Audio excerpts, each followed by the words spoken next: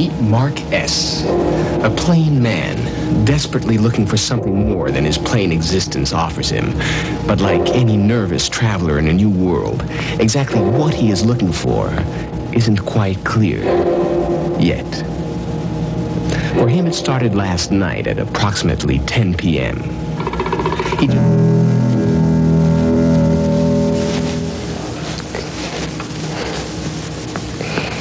Mark S., a victim of the silent salesperson, visual merchandising.